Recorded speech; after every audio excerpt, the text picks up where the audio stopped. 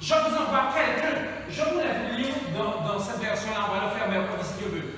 Je vous envoie quelqu'un qui va continuer ce que j'ai commencé.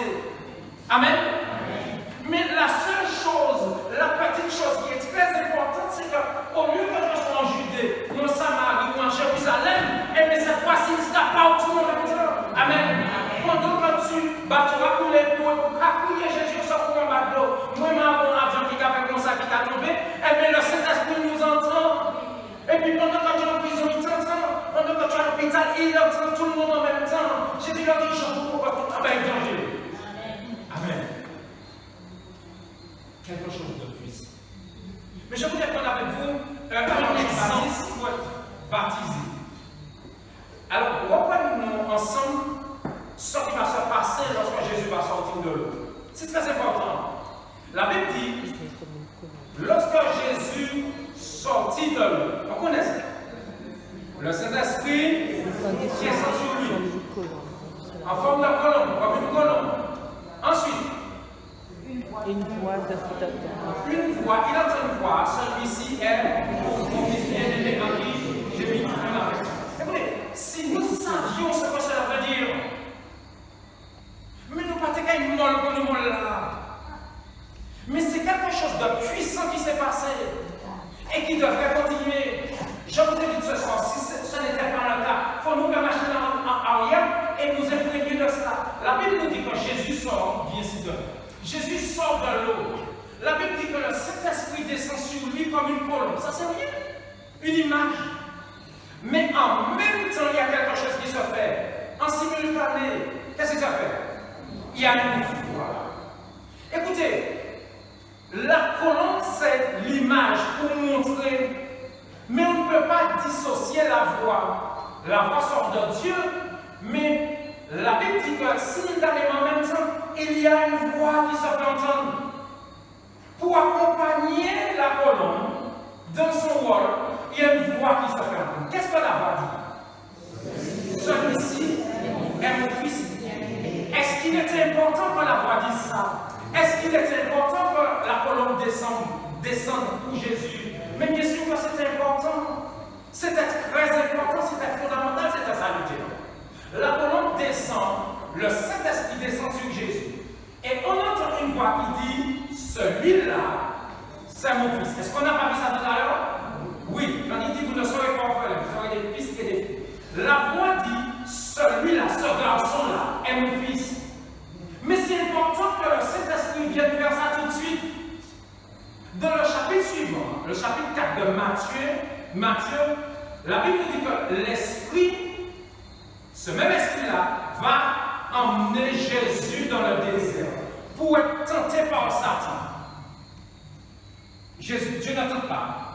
Mais le Saint-Esprit va faire quelque chose, je vais arriver là. Accordez-moi 2 minutes. Je vous dis sincèrement, nous sommes plus forts que nous imaginons. Nous sommes plus puissants que nous imaginons. Le Saint-Esprit a dit, Zot est missier. Zot pas qu'à missier. Amen. C'est mon fils.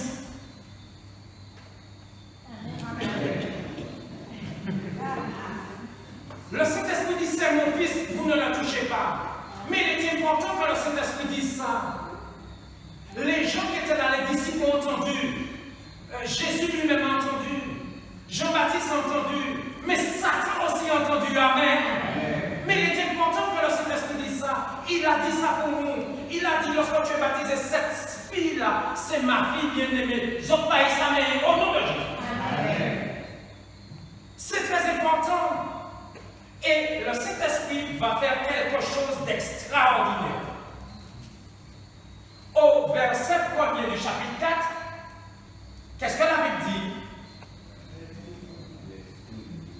L'Esprit conduit Jésus dans le désert.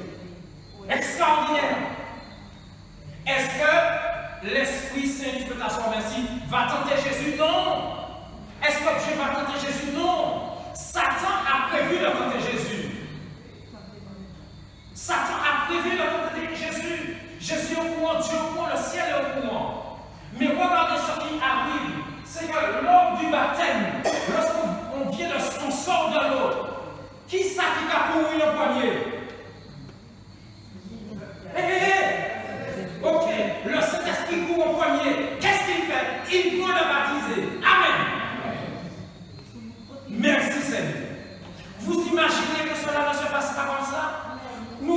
chapitre 4, verset 1, vous imaginez que le diable avait le temps d'arriver avant que le Saint-Esprit ne prenne Jésus. Mais non, le diable est en train de monter. Oh, le Saint-Esprit descend et il enveloppe Jésus. Oh, bien, excuse-moi, il enveloppe Jésus. Qu'est-ce qu'il fait? Et voilà ça qu'il fait. Zoppa, amen. Zoppa et s'amène Jésus. Et il a dit que je ne le savais pas. Le Saint-Esprit a fait ça pour nous. Et au chapitre 4, verset 1, vous savez ce qu'il fait? Le diable a un projet de tenter Jésus. Oh, amen. Béni soit le nom de Dieu. Le Saint-Esprit qu'il avait pris depuis le jour de son baptême, qui ne l'avait jamais lâché, lui dit, mon amen.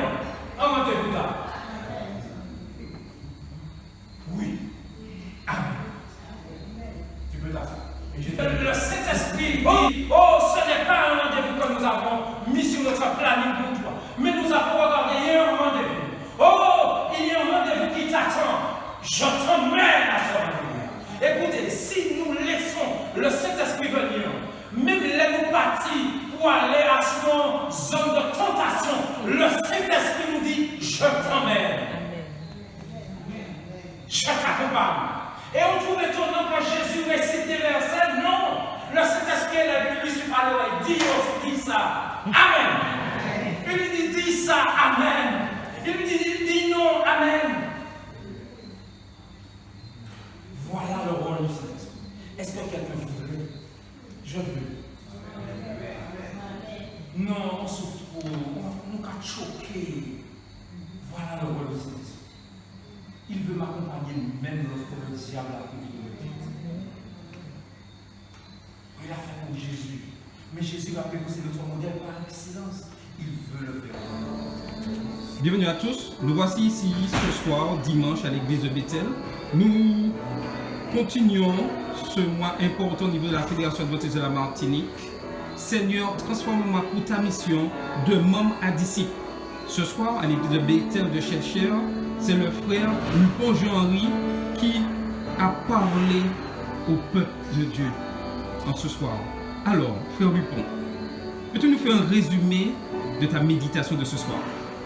Alors, c'est très difficile de faire un résumé, mais je vais néanmoins dire que ce soir, Dieu nous a présenté non pas un esprit comme souvent nous avons l'habitude de le dire, mais un esprit qui est vivant, donc qui est une personne qui agit, qui va prendre la place de Jésus, qui va remplir, c'est-à-dire toutes les conditions que Jésus remplissait, le rôle de Jésus, parce que Jésus va partir. Il y a urgence. Les disciples ne sont pas prêts et Jésus se rend compte et Jésus va leur dire, et parce que c'était prévu avec son Père, va leur dire, je vais vous donner quelque chose parce que je réalise que pour accomplir la mission, il faut vraiment que vous ayez cette chose-là. Et le mot, c'est une puissance, c'est le Saint-Esprit. Et ils reçoivent vraiment ce Saint-Esprit-là. Et il leur dit à ce moment-là, qui est cette conjonction qui est mise tout de suite après, et vous serez mes témoins. Il leur dit alors maintenant, à ce moment-là. Et je veux, c'est-à-dire, j'essaie de l'appliquer en 2019. Alors, j'ajoute moi aussi le mot. Si nous l'avons, je crois, alors, et à ce moment-là, vraiment des choses extraordinaires vont se passer. Alors, le monde est prêt, le monde attend. Mais puissions-nous vraiment recevoir, nous mettre dans les dispositions qu'il faut pour recevoir cette puissance-là afin que... Alors, merci frère Lupon. Alors, n'oubliez pas, mercredi, les sabbats et les dimanches soirs, toutes les églises adventistes de la Martinique sont ouvertes pour que chaque membre comprenne l'importance que le Seigneur transforme pour la mission de membre à disciple. Merci frère Lupon.